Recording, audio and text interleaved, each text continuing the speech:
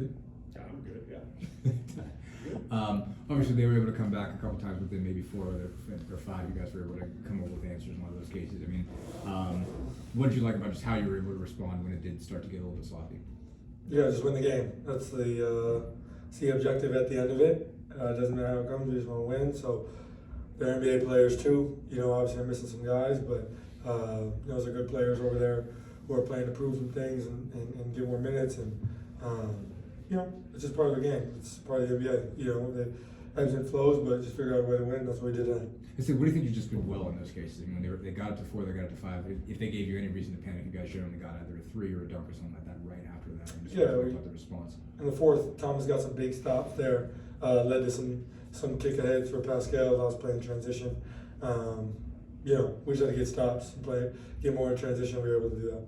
One guy obviously seemed to, a bunch of you guys did, but I mean, who seemed to come up with a lot of those answers is Pascal, and it seemed like obviously he's been a steady force for you guys all year. Just how important has he been through the ups and downs you guys have had so far as somebody you've been able to sort of rely on to be able to kind of carry you through some of the tougher times? Yeah, he's been obviously, like you said, the steady guy on our team.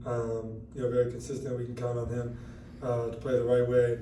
To get we trust him in any one-on-one matchup really. So when things get slowed down there, you can give him the ball in the post and just let him go to work. That's what he does. With I guess that piece to it, just the fact that he's always able to come up with a shot. I mean, like, what impresses you about how again you can throw the ball in a one-on-one matchup and he can just find a way? And just what stands out to you about how he's able to just get a bucket in those circumstances? Yeah, no, it's just the way he plays. He can get a shot on anybody. I think he does a great job of finding the balance between taking maybe those tough twos sometimes and moving the ball. I think he does a great job because he knows he can get a shot off against anybody. He feels comfortable with that look, and we feel comfortable with that look. So yeah, like you said, it's just been steady for us all year. A lot of nights like tonight, just keep giving the rock and trusting him. You mentioned Thomas. I mean, how important are those two? I think he had a steal that set up his Pascal dunk, and then he had the long block to get that one. I mean, just how important were those two moments, I guess, to get a couple defensive big plays basically right there to get you guys going at that point? Yeah, like I said, he's just been the steady hand for us.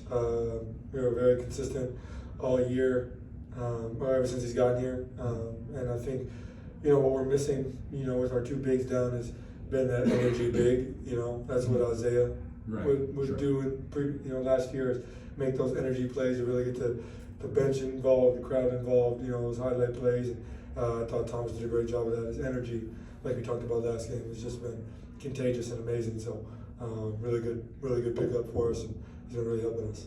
What was the second Buddy matchup like? How was it different this time? He shot more. He played more and shot more. The result was the same though, so I get to say that. But anytime I get to see him is obviously fun. It's unfortunate I only play him 2 times a year, but always good to see my brother. Considering who was out, would you have expected more than 19 shots? I mean, if you would you have taken the over on? No betting. Thank you. Yeah, that was crazy. That set me up right there. Clearly. Never do such a thing. By the way, no tipping, no fixing. Yes, none of those. None of those. Yeah, no. But no, I mean, he's Buddy Hield. He's gonna get him up. So especially if the guy's out, his energy can be contagious to a group. The way he plays, so definitely was a point of emphasis for us. Obviously, it was a really good fourth quarter for Ben Mathurin tonight. You guys closed this one out. But how have you seen him grow? I know there's been a lot of talk about his growth this season, but what have you seen from him specifically, and especially your guys' on-court chemistry, as that's kind of been a question mark in the previous seasons? How do you think you guys have grown together? Yeah, just find him in the right spots. He can score with the best of them, so we know he can do that. He's doing a great job defending. He had 10 rebounds tonight, which is huge. So he's doing a great job, just doing what's needed right now, and filling that role very nicely. So, just keep seeing him grow there has been amazing. I'm curious, I didn't see it necessarily a ton tonight, but how has your comfortability as a screener grown? And if you've taken any advice from Buddy or even Steph? Yeah, I haven't taken any advice from Buddy when it comes to screening. He's a terrible screen setter. Steph, just watching Steph all summer, understanding that, he knows that when he when he sets screens, gets guys open, just his gravity alone. It also gets him open at the same time. So watching him do that all summer, having constant conversation with him,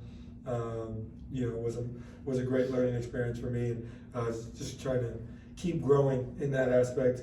Sometimes if teams are going to stay attached, that screen can become almost a double screen to a sense. So let me take back what I said about Buddy. He's a terrible screener, but he's a great ghost screener.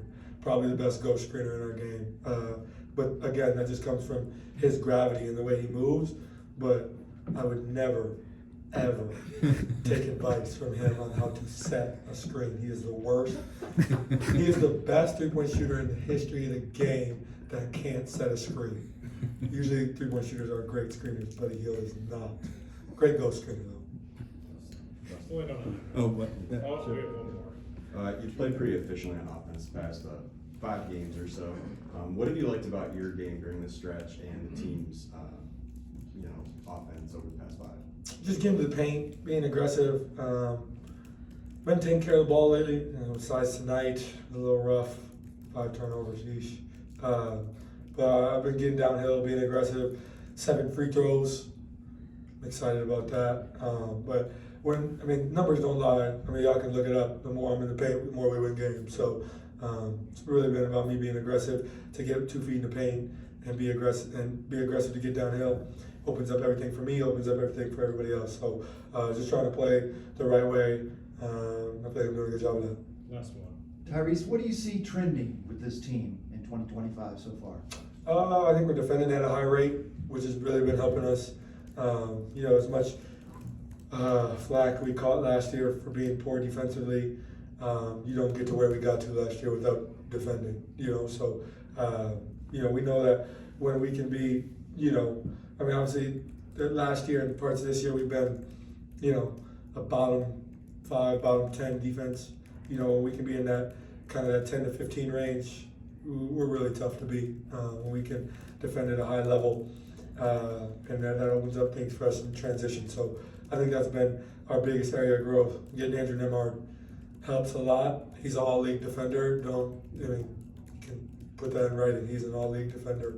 I think a lot of the NBA would agree with that. We can't wait to get Aaron Neesmith back soon because those are our 2 best on-ball defenders. So those guys really help. And then Miles protecting the paint. We've got a lot of different guys buying in and doing a good job on that end, and that's opening up everything for what we do offensively. Thank you, Chad. Thanks, Thanks, everybody. Chad.